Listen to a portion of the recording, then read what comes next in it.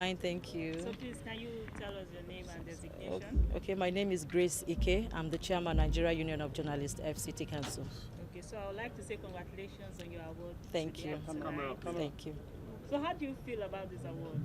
Well, I consider this honor not merely as a personal achievement, but as tribute to journalists. Members of the Nigeria Union of Journalists who work tirelessly behind the scene to strengthen our profession, to ensure that we promote responsible journalism.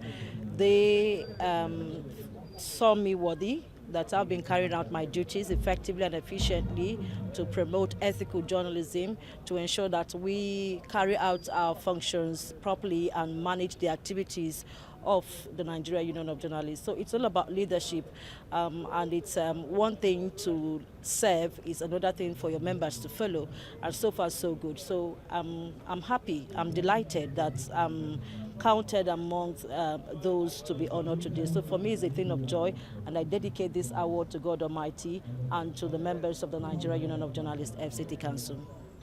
Looking at the theme of this event, invisible light illuminating lives. What is the input of this? The input for me is giving back to the society. What legacy, what impact have you made or can you make for others to follow? I mean, whatever we are living for is left for you to ensure that you promote, positively, project things positively for the development of your country, and to see that you taught lives positively.